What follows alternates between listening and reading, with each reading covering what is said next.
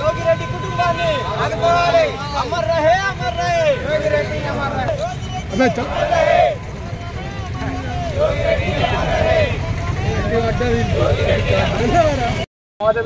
సమాజమే అభివృద్ధి కోసం పాటుపడుతున్నాం.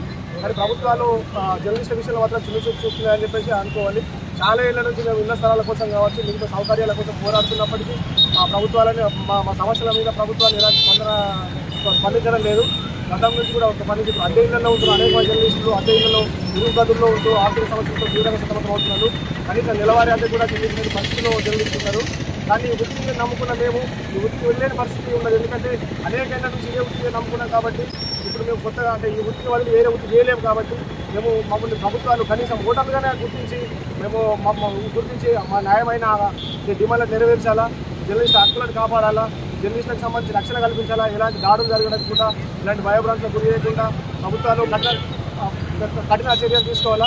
ముఖ్యంగా ఇళ్ల స్థలాలు లేక చాలామంది చాలా ఇబ్బంది పెడుతున్నారు. అనేక పోరాటాలు చేసినా కానీ ప్రభుత్వాలు ఇస్తామంటున్నారు తప్ప అడుగు ముందు చేయడం లేదు. ప్రజలకు ప్రభుత్వానికి వారధిగా ఉంటున్న కలం వీరులు ఇప్పుడు ఆర్థిక సమస్యలతో ఆర్థిక ఇబ్బందులతో యుద్ధం చేస్తున్న పరిస్థితి.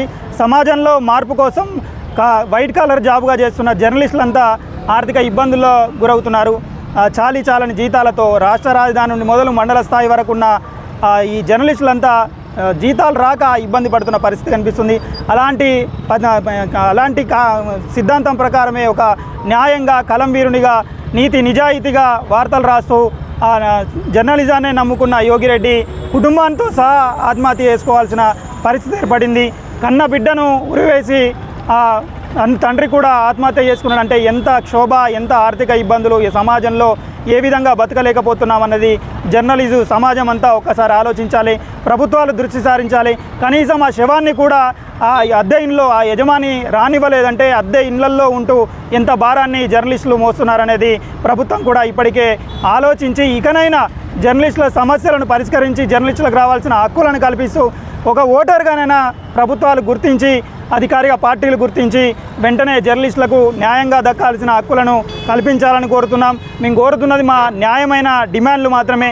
ఇళ్ల స్థలాలు కల్పిస్తే ఒక గూడును ఒక ఇంటిని పొందే అవకాశం ఉంటుంది.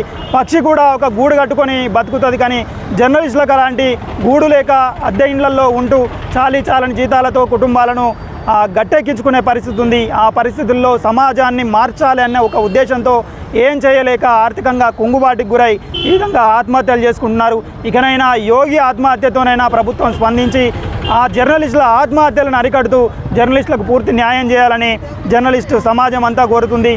దాంతోపాటుగా జర్నలిస్టుల హక్కులను కల్పిస్తూ జర్నలిస్టులపై దాడులు జరగకుండా ప్రజలకు వారధిగా ప్రభుత్వానికి వారధిగా నిలుస్తున్న జర్నలిస్టులను కాపాడుకోవాలని డిమాండ్ చేస్తున్నాం.